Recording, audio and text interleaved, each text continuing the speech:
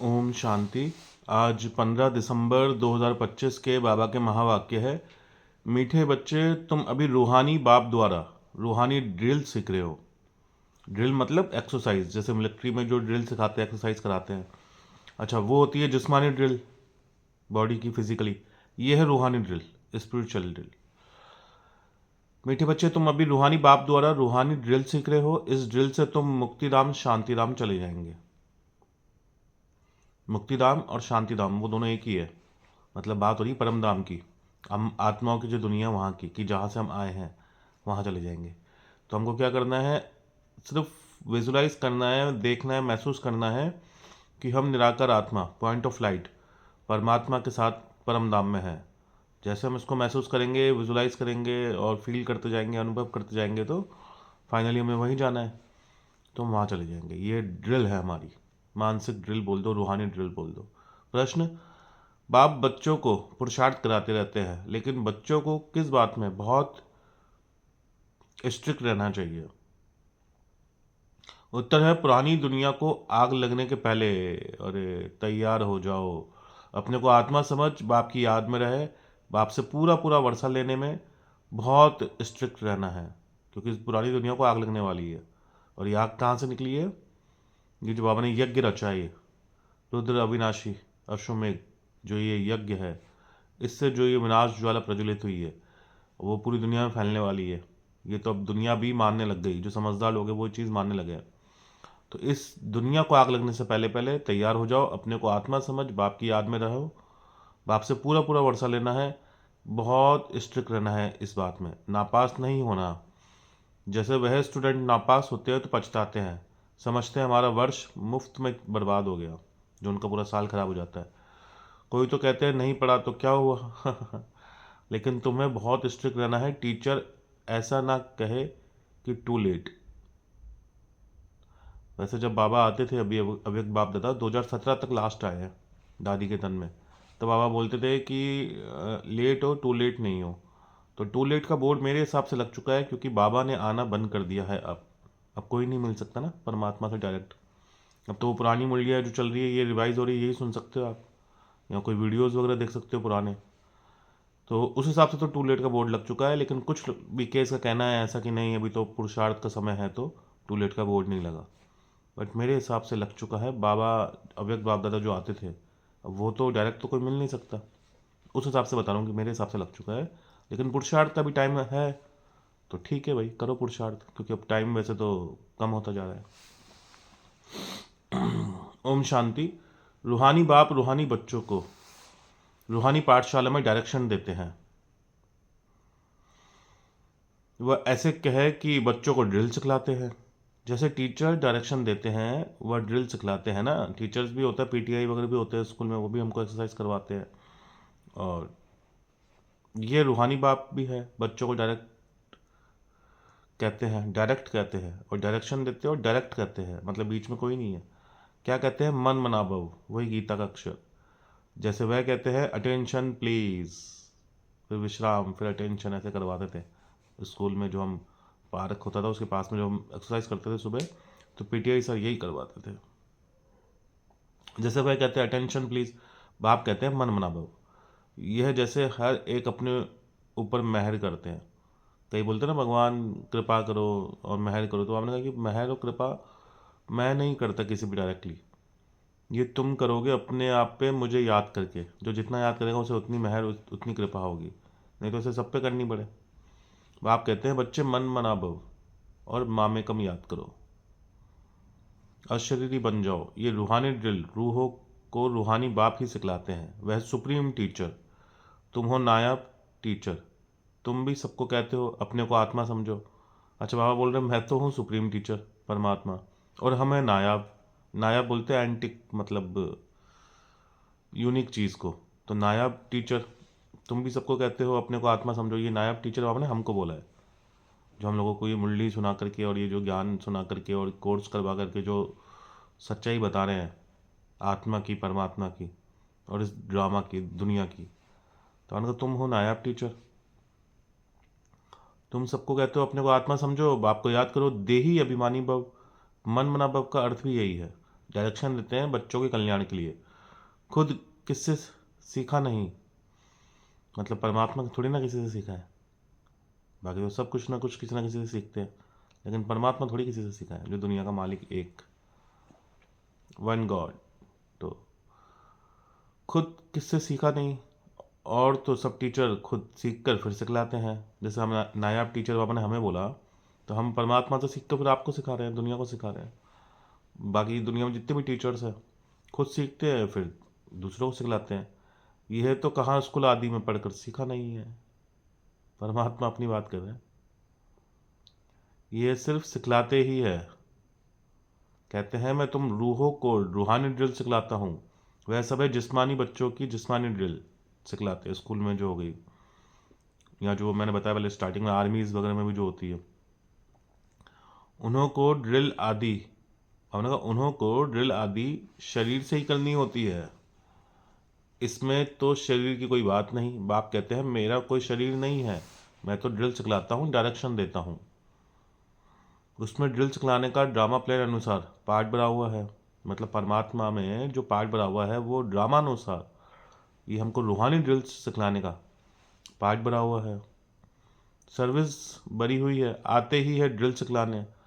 तुमको तमो प्रधान से सतो प्रधान बनना है, यह तो बहुत सहज है। सीढ़ी बुद्धि में है, कैसे 84 चक्र लगाए नीचे उतरे हैं। अब बाप कहते हैं तुमको वापस जाना है, ऐसे और कोई भी कह नहीं सकते।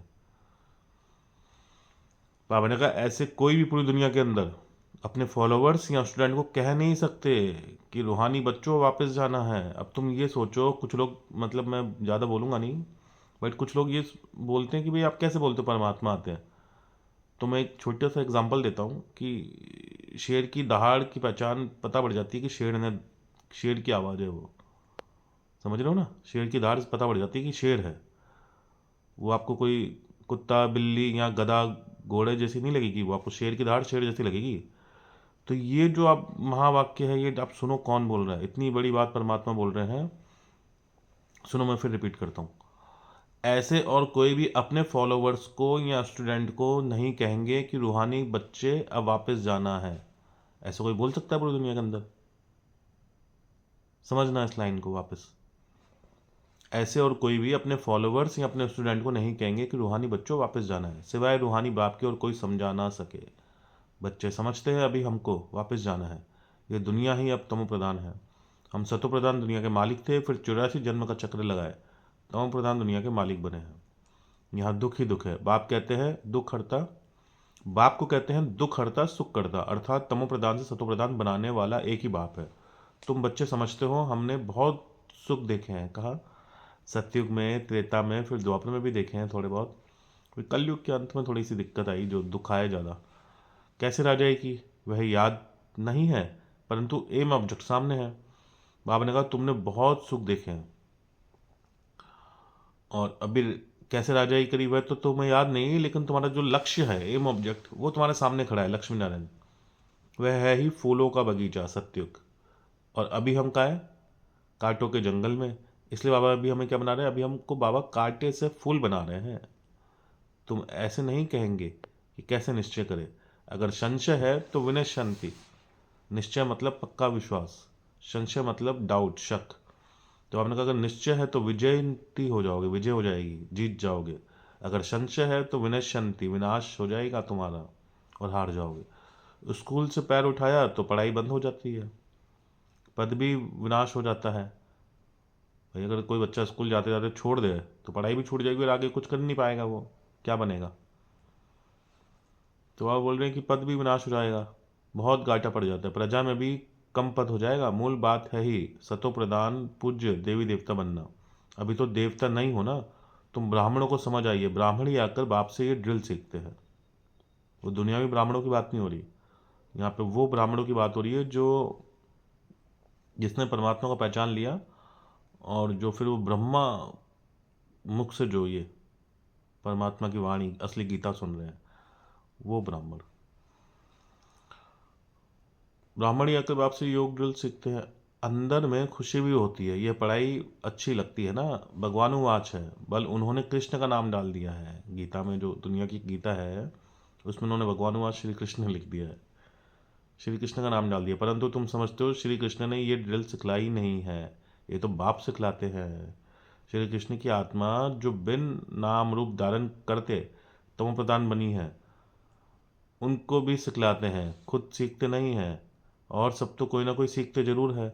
ये है ही सिखलाने वाला रूहानी बाप, जो तुमको सिखलाते हैं। मतलब बाबा फिर रिपीट कर रहे हैं कि मैं किसी से नहीं सीखता, मैं सीखूँ तो फिर मैं भी डाउनग्रेड में आ जाऊँ, लेकिन वो तो एक परमात्मा है, वो तो किसी से सीखता नहीं है। वो सबको सिखाता है, मतलब अपने बच्चों को सिखाता है, फिर उनके बच्चे फिर आगे इस चीज़ को बढ़ाते हैं। कौन से बच्चे? शारीरिक बच्चे नहीं, रूहानी बच्चे।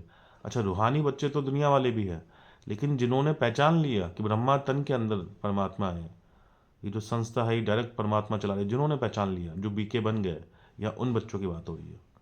वैसे बच्चे तो पूरी दुनिया में हैं उनके, सारी दुनिया उनकी संतान है। तुम फिर औरों को सिखलाते हो। तुम 84 जन्म ले पतित बने हो, अब फिर पावन बनना है।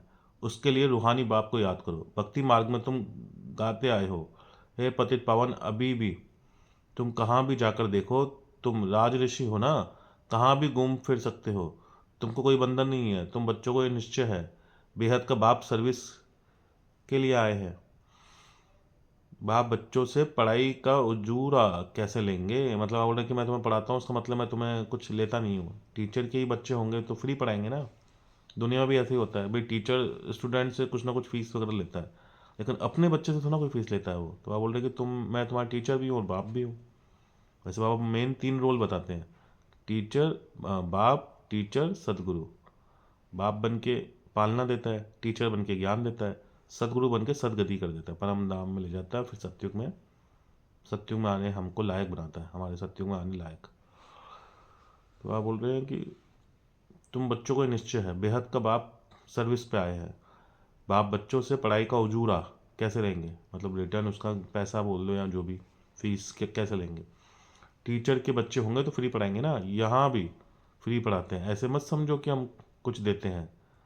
मतलब बोले कि तुम ऐसा मत सोचो कि तुमने कुछ दिया है भगवान को या परमात्मा को, ये फीस नहीं है, तुम देते कुछ नहीं हो, ये तो रिटर्न में बहुत लेते हो। अगर मान लो कोई तन से, धन से या मन से सेवा भी कर रहा है, तो आप बोल रहे हो तो तुमको रिटर्न मिल रहा है उसका। सतयुग त्रेता तो मिलेगा मिलेगा, यहाँ संगम युग कलयुग के अंत में मिल जाता है।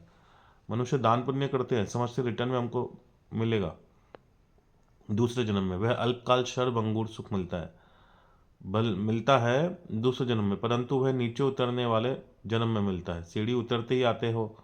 अभी जो तुम करते हो वह चढ़ती कला में जाने के लिए है।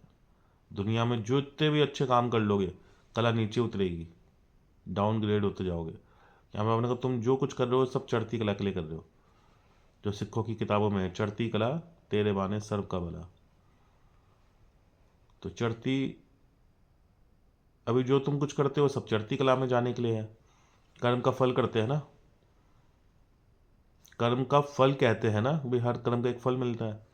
आत्मा को कर्म का फल मिलता है, इन लक्ष्मी नारायण को भी कर्मों का फल मिला ना, बेहद के बाप से बेहद का फल मिलता है। वह मिलता है इनडायरेक्ट, बाबा ने कहा वहाँ मिलता है इनडायरेक्ट। ड्रामा में नूंद है, ये भी बना बनाया ड्रामा है, बना और बनाया, नहीं तो आप बोलते बनाया ड्रामा है या बना हुआ ड्रामा है। लेकिन लाइन को पकड़ो, इस पर बहुत गहरी मतलब बात हो सकती है डीप में जाकर, कि बना और बनाया ड्रामा है। तुम जानते हो हम कल बाद आकर बाप से बेहद का वर्षा लेंगे। बाप हमारे लिए बैठ स्कूल बनाते हैं, वह गवर्नमेंट के हैं जिस्मानी स्कूल, जो भिन्न भिन्न प्रकार से आधा कल्प पढ़ते आए हो। आधा कल्प सत्य मतलब द्वापर और कलयुग में जो हमने वो जिस्मानी स्कूलों में पढ़ाई करी है। अब बाप 21 जन्मों के लिए सब दुख दूर करने के लिए पढ़ाते हैं। वहाँ तो है राजा ही, उसमें नंबरवार तो आते हैं ना, जैसे यहाँ भी राजा रानी वजीर प्रजा आदि सब नंबरवार है। वजीर मतलब मंत्री वगैरह। यह है पुरानी दुनिया में।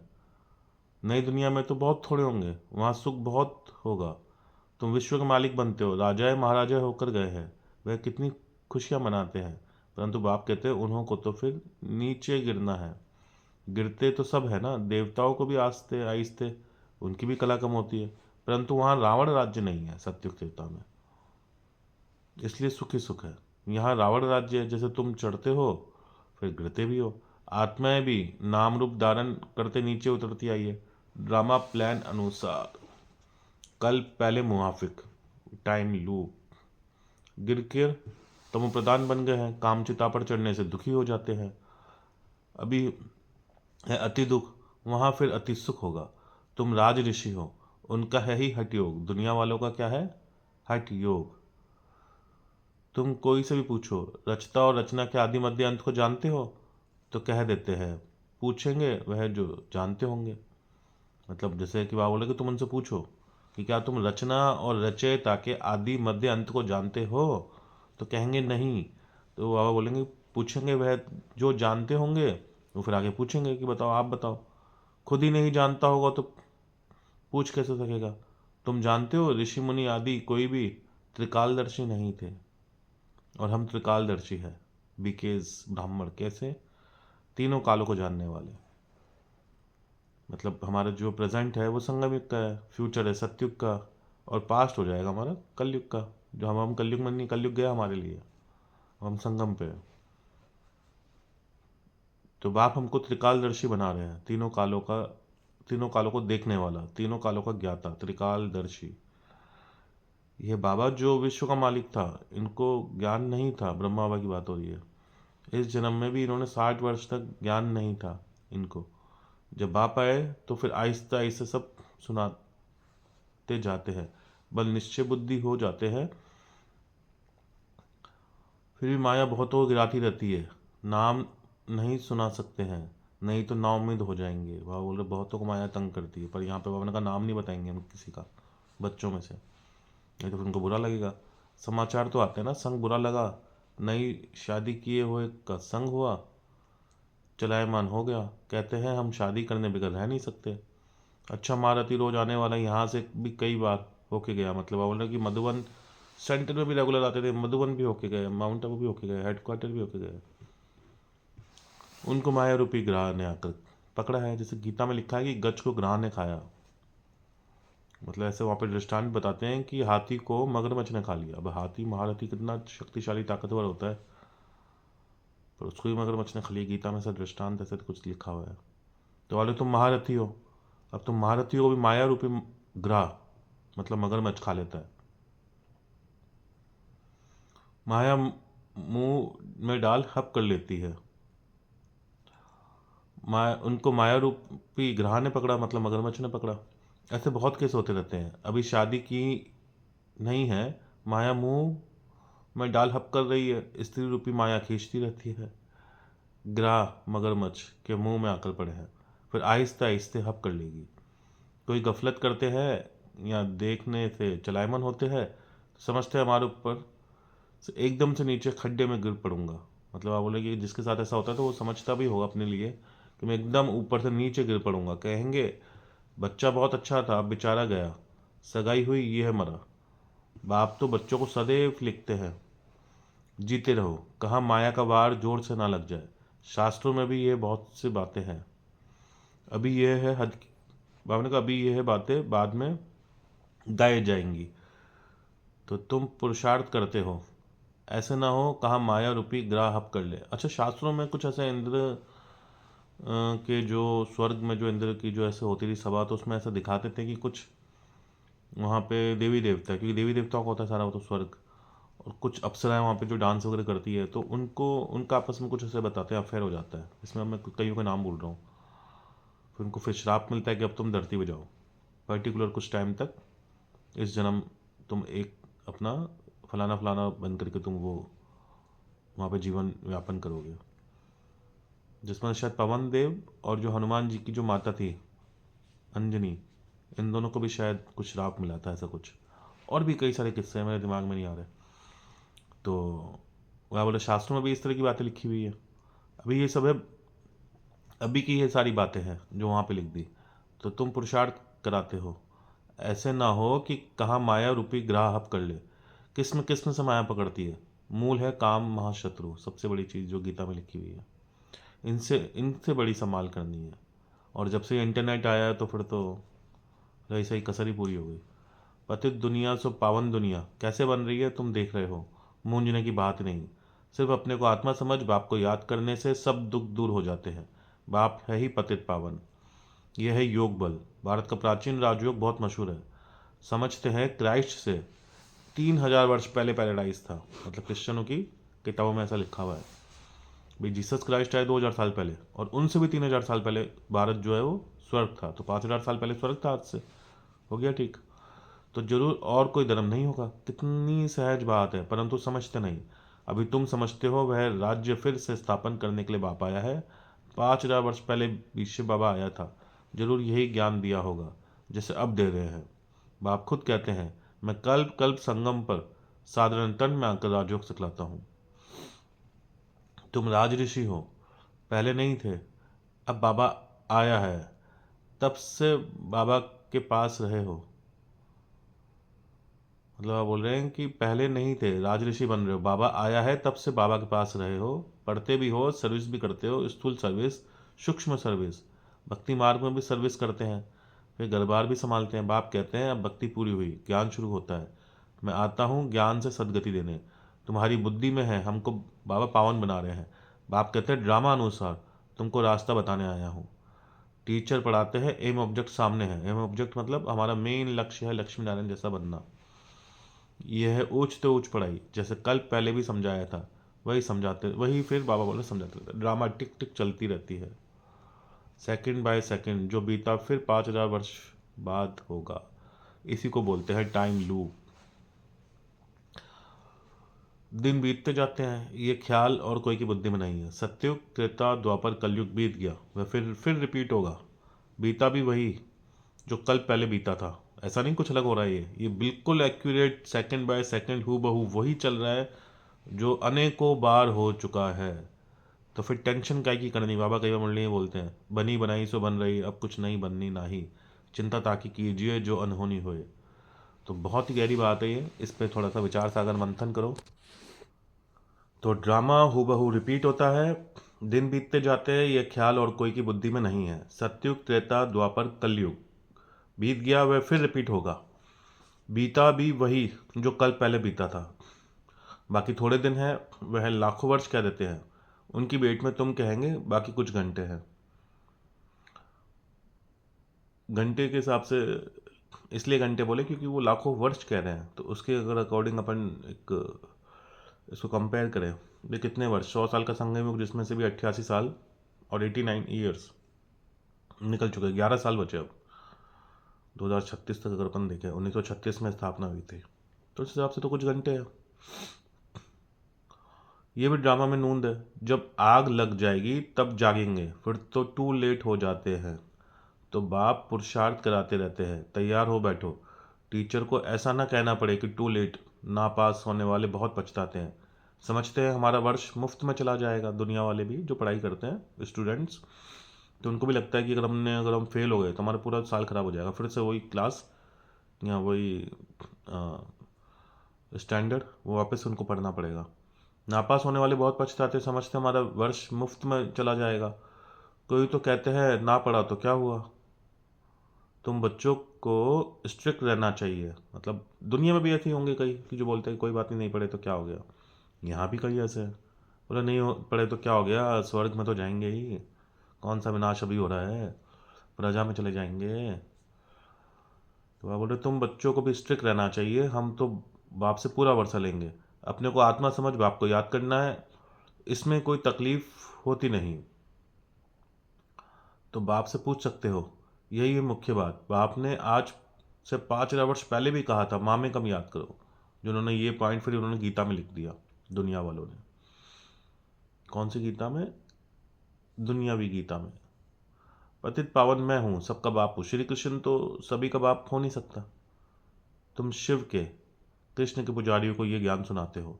आत्मा पूज्य नहीं बनी होगी तो तुम कितना भी माथा मारो समझेंगे नहीं।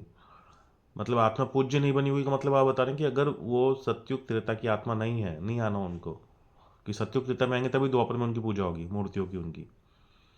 तो पूज्य नहीं बने होंगे तो तुम कितना ही मतलब अगर वो सत्युग त्रेता की आत्मा नहीं होगी तो तुम कितना ही माथा मार लो नहीं समझेंगे। फिर वो परम धाम से द्वापर युग में आएगी या फिर कलयुग के अंत में आएगी या कलयुग की मिड में आएगी, जो भी है, पर सतयुग त्रेता में नहीं आएगी अगर ये ज्ञान नहीं समझेगी तो। अभी नास्तिक बनते हैं, शायद आगे चल आस्तिक बन जाएंगे। शादी कर गिरते हैं, फिर आकर ज्ञान उठाए, परंतु वर्षा बहुत कम हो जाएगा, क्योंकि बुद्धि में दूसरे की याद आकर बैठी। वह निकालने में बड़ा मुश्किल होता है, पहले स्त्री की याद, फिर बच्चों की याद। बच्चे से भी स्त्री जास्ती खींचेगी, क्योंकि बहुत समय की याद है ना। बच्चा तो पीछे होता है, तो मित्र संबंधी ससुर घर की याद आती है, पहले स्त्री जिसने बहुत समय साथ दिया। यह भी ऐसे है। तुम कहेंगे हम देवताओं के साथ बहुत समय थे, ऐसे तो कहेंगे शिव बाबा के साथ बहुत समय से प्यार है, जिसने 5,000 वर्ष पहले भी हमको पावन बनाया, कल्प कल्प आकर हमारी रक्षा करते हैं। तब तो उनको दुख हरता सुख हरता कहते हैं।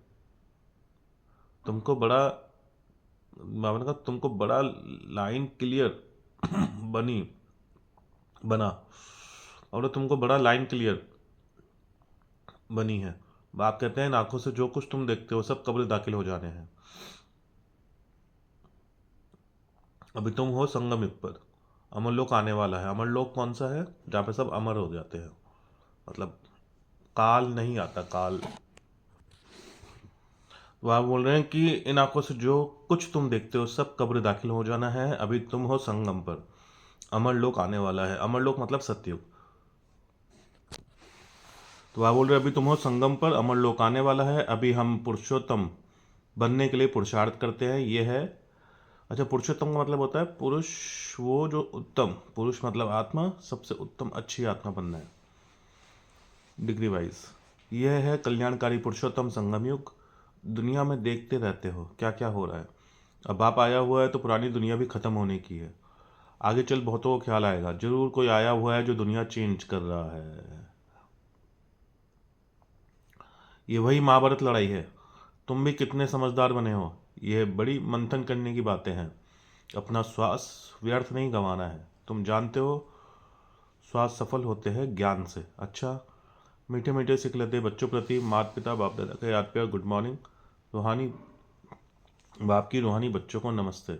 हम रूहानी बच्चों की रूहानी माता पिता बाप दादा को याद प्यार गुड मॉर्निंग नमस्ते। शुक्रिया बाबा, शुक्रिया, गुड मॉर्निंग। धारणा के लिए मुख्य सार, माया से बचने के लिए संग दोष से अपनी बहुत बहुत संभाल करनी है, अपनी लाइन क्लियर रखनी है, श्वास व्यर्थ नहीं गंवाना है, ज्ञान में सफल होना है, ज्ञान से सफल करना है। जितना समय मिले योग बल जमा करने के लिए रूहानी ड्रिल का अभ्यास करना है। अभी नए बंधन नहीं बनाने हैं। वरदान, बाप की छत्र छाया के अनुभव द्वारा विघ्न विनाशक की डिग्री लेने वाले अनुभवी मूर्त भाव। वरदान का अर्थ है जहाँ बाप साथ है वहाँ कोई और कुछ नहीं कर सकता। ये साथ का अनुभव ही छत्र छाया बन जाता है। बाप दादा बच्चों की रक्षा करते ही है। पेपर आते हैं आप लोगों को अनुभवी बनाने के लिए सदैव। ये समझना चाहिए कि ये पेपर क्लास आगे बढ़ाने के लिए आया है। ऐसे ही सदा के लिए विघ्न विनाशक की डिग्री और अनुभवी मूर्त बनने का वरदान मिल जाएगा। यदि अभी कोई थोड़ा शोर करते व विघ्न डालते भी है तो धीरे धीरे ठंडे हो जाएंगे। स्लोगन, जो समय पर सहयोगी बनते हैं उन्हें एक का पदम गुणा फल मिल जाता है। जो समय पर सहयोगी बनते हैं उन्हें एक का पदम गुणा फल मिल जाता है। सारे मीठे बच्चे रूहानी ड्रिल पे था। मीठे बच्चे तुम अभी रूहानी ड्रिल 15 दिसंबर 2025 की मुरली की हेडिंग है, मीठे बच्चे अभी तुम रूहानी बाप द्वारा रूहानी ड्रिल सीख रहे हो। इस ड्रिल से तुम मुक्तिधाम शांतिधाम चले जाएंगे। मुक्तिधाम और शांतिधाम दोनों एक ही है, मतलब परमधाम चले जाएंगे। प्रश्न, बाप बच्चों को पुरुषार्थ कराते रहते हैं, लेकिन बच्चों को किस बात में स्ट्रिक्ट रहना चाहिए? उत्तर, पुरानी दुनिया को आग लगने से पहले तैयार हो। अपने को आत्मा समझ बाप की याद में रहना है। आपसे पूरा पूरा वर्षा लेना है, बहुत स्ट्रिक्ट रहना है, नापास नहीं होना है। जैसे वे स्टूडेंट नापास होते हैं तो फिर पछताते हैं दुनिया में। कोई तो कहते हैं नहीं पढ़ा तो क्या हुआ, लेकिन तुम्हें बहुत स्ट्रिक्ट रहना है। टीचर ऐसा ना कहे कि टू लेट हो गए। तो आज बाबा ने इसमें हिंट दी है कि पुरुषार्थ मतलब टू लेट होगा तो पुरुषार्थ नहीं कर पाओगे और आग लग जाएगी इस दुनिया को, मतलब विनाश चालू हो जाएगा। तो अभी तो फिलहाल वो नहीं हुआ जो होने पे है, तो इसका मतलब मुरली के अनुसार और एक्यूरेट रियलिटी में भी टू लेट का बोर्ड नहीं लगा है। वो तो भगवान से मिलने सम्मुख जाने बाप दादा से मिलने का तो टू लेट का बोर्ड लग चुका है, लेकिन पुरुषार्थ का टाइम अभी है, तो पुरुषार्थ करो। ओम शांति।